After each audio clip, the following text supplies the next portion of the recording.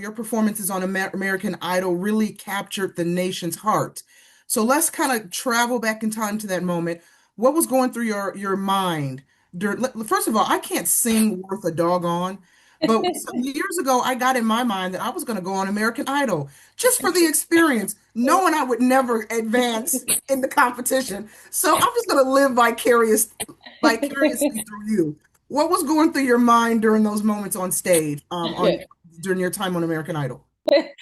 What was going on through my mind throughout that whole experience? Um, it was just I had to take everything from it. Just the I had to learn. It was a learning experience. It was stomping ground, it was training. So I had to be completely invested in it in order to to grow from it. Because I didn't just go for the exposure, I went for the experience and to grow from it. Um, but I was extremely nervous. The people there made me feel way less nervous.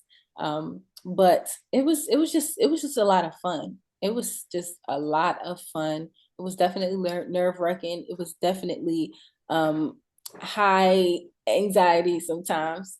But all in all, it was just the best experience I've ever had. Very nice. So you have been praised for blending gospel, R&B, and pop and soul so seamlessly. How do you approach combining these genres in your music and performances? So I grew up in the church, and my mother, she gave back a lot. And I think I used that part of things, just the giving back part, and the just the will to want to inspire people. I use that in my music, and I use that in even just performances and things like that, because I don't ever want anyone to walk away from a performance, or even just listening to my song without feeling like they are not alone or connecting.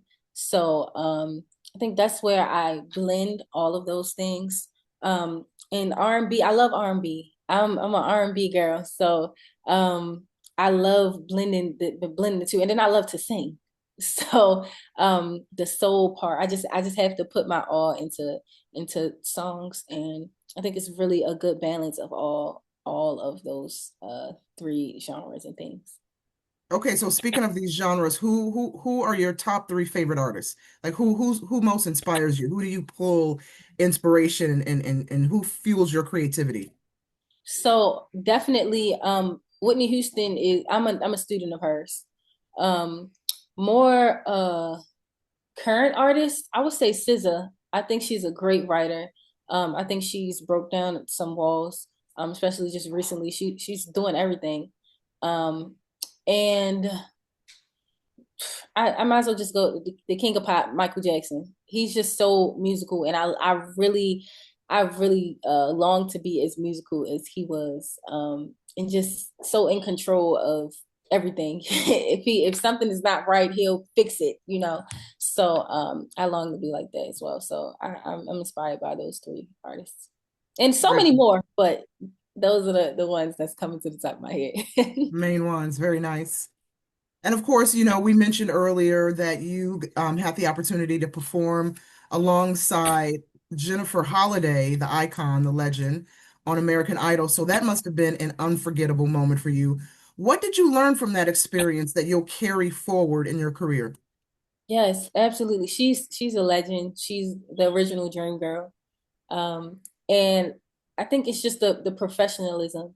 And once you make it as far as she did, you can just, you're in control. And I saw that in her. Just she knew what she wanted. She knew what she wanted to hear.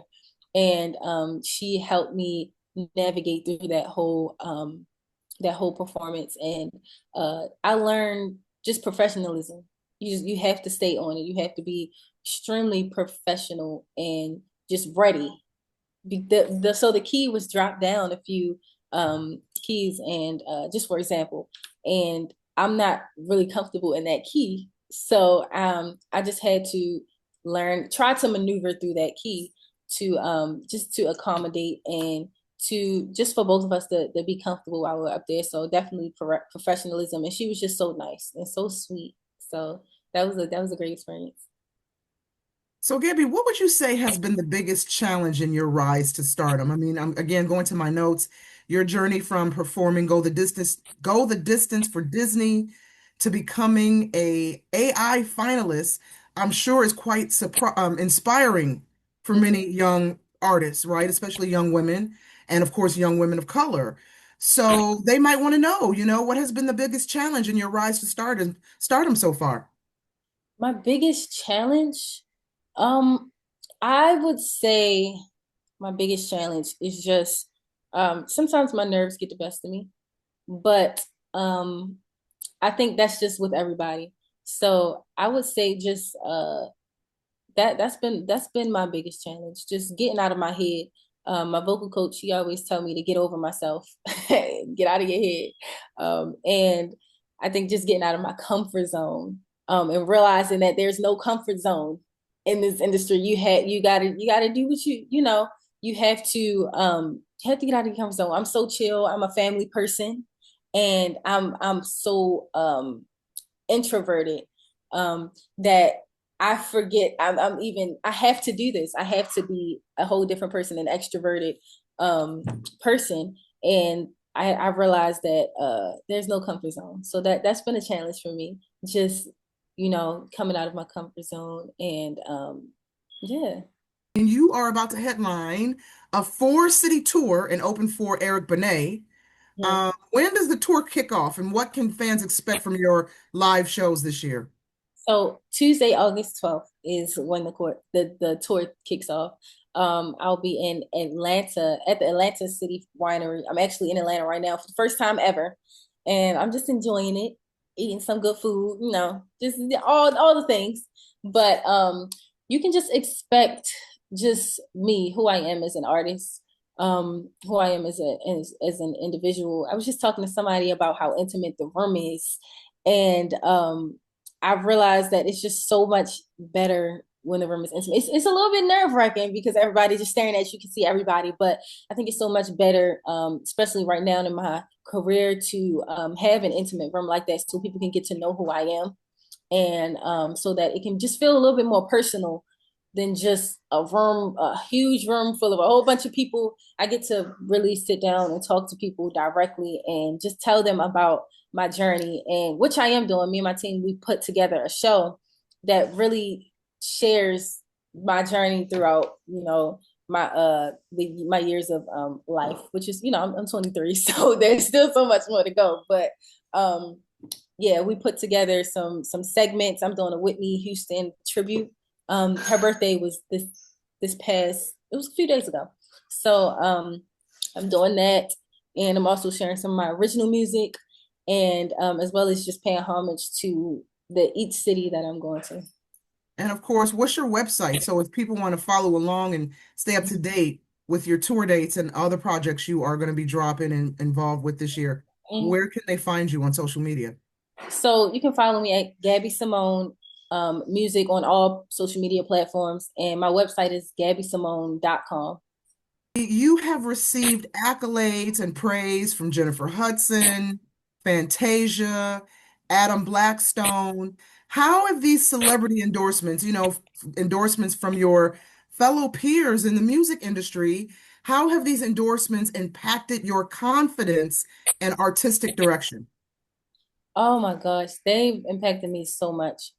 Even before American Idol, they've called me and reached out to me to perform, and those were definitely learning experiences as well. Because I was with professionals, so I had to rise to the occasion, and that was just. And they would talk to me and just speak life into me, and just give me that confidence, and tell me that you're here for a reason. I called you for a reason, and they were very special moments in my life.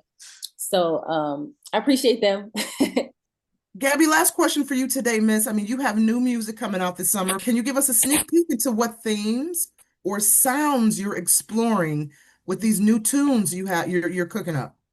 Yeah, so like I said, I'm an R&B girly, so I love the R&B, and this is very different from what listeners probably have heard, well, from American Idol, some of my supporters. But this is really just about some of the issues that I faced in my life, with relationships, or even just life. And it's a little bit more raw and raw than what you guys have heard. So you can expect to just hear me, and yeah, I can't wait to share with y'all.